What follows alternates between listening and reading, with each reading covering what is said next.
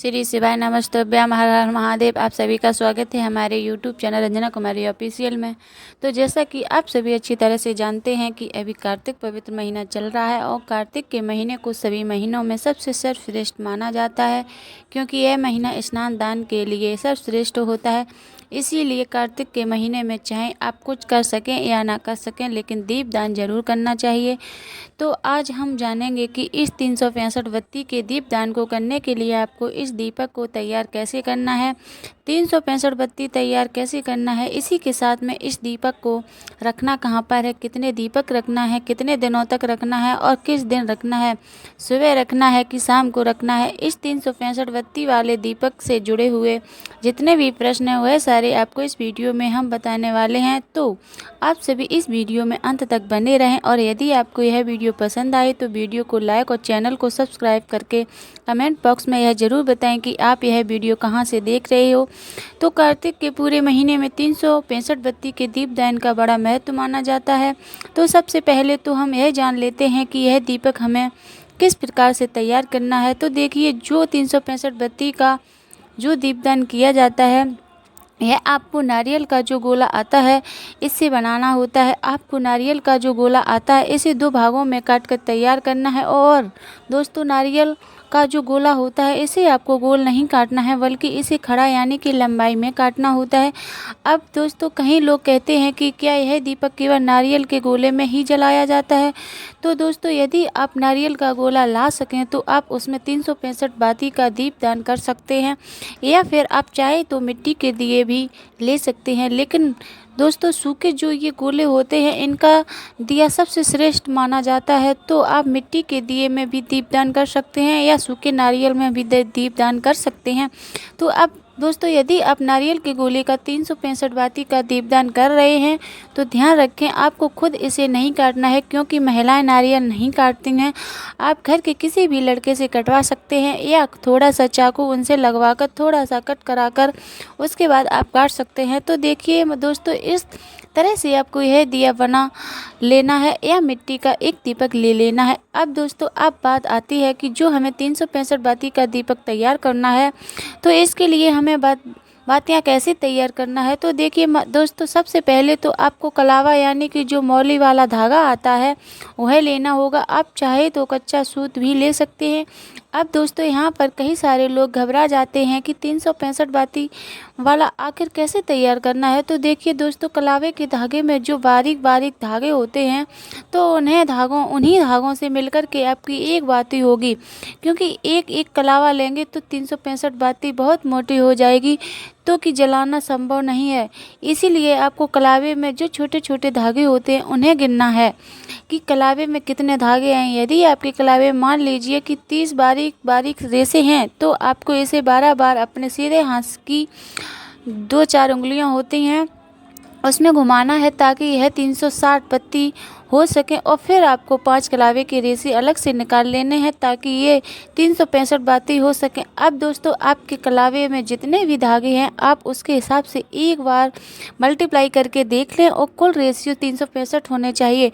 अब दोस्तों, यह लपेटने और गोल आकृति हो जाएगी, तो आप इसे बीच से काट लीजिए ताकि एक लंबी बाती हो जाए, और इसी प्रकार से आपकी यह 365 बाती तैयार हो जाएगी। दोस्तों, यह जो 365 बाती का जो दीपक होता है यह बहुत ही शुभ और पवित्र माना जाता है। तो दोस्तों, आप सभी भी इस कार्तिक मास में यह दीपदान जरूर करें, क्योंकि 365 बाती का दीपक कार्तिक महीने में करने से पूरे साल में दीपदान का पुण्य फल मिलता है। अगर साल में किसी दिन यदि हम किसी भी कारण से दीपक नहीं जला सकते हैं, तो दोस्तों इसकी कमी आपके द्वारा जलाए गए 365 बाती के दीपक से पूरी हो जाती है, क्योंकि दोस्तों इसकी प्रत्येक बाती प्रतिदिन का एक दिया हो जाता है। तो देखिए, इस तरह से आपको यह दिया तैयार कर लेना है।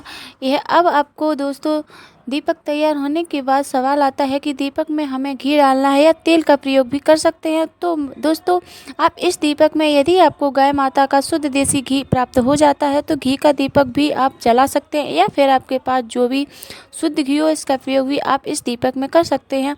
तो इस हैं और जो लोग घी का दीपक नहीं जला सकते हैं तो उन्हें इस तेल का प्रयोग करना है। तो दोस्तों आप चाहे तो उसमें घी या तिल का तेल प्रयोग कर सकते हैं, लेकिन इसमें आपको सरसों के तेल का प्रयोग नहीं करना चाहिए, क्योंकि यह दीपक घी या तिल के तेल से ही जलाया जाता है। तो दोस्तों इस तरह से आपको दिए में 365 बाती डालकर और इसमें घी या तिल का तेल डाल देना है होगा, और इस प्रकार से हमारा यह 365 बाती का दीपक तैयार हो जाएगा। अब दोस्तों जैसे कि आप दीपक में घी या तेल डालेंगे तो इसकी बाती को आपको एक बार थोड़ा थोड़ा भिगो लेना होगा, और ताकि बाती में अच्छे से घी लग जाए और दीपक आसानी से जल सके। अब दोस्तों जैसे ही आपका यह 365 बाती का दीपक तैयार हो जाए, उसके बाद हमें दीपदान करने से पहले इस दीपक का पूजन करना होता है। तो दीपदान करने से पहले हम पूजन करेंगे। पूजन के लिए हमें 1 लोटा जल ले लेना और हमें खील लेनी है।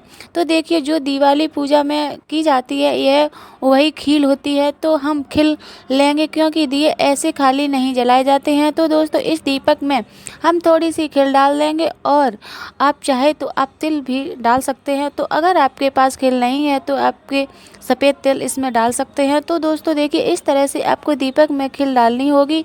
उसके बाद आपको अपने हाथ में थोड़ा सा जल लेना है, और जो दीपक आपने तैयार किया है दीपदान करने के लिए तो उसको हम माइनसन देंगे। तो देखिए इस तरह से हम हाथ में जल लेंगे और दीपक के चारों तरफ से इस जल को वार लेंगे।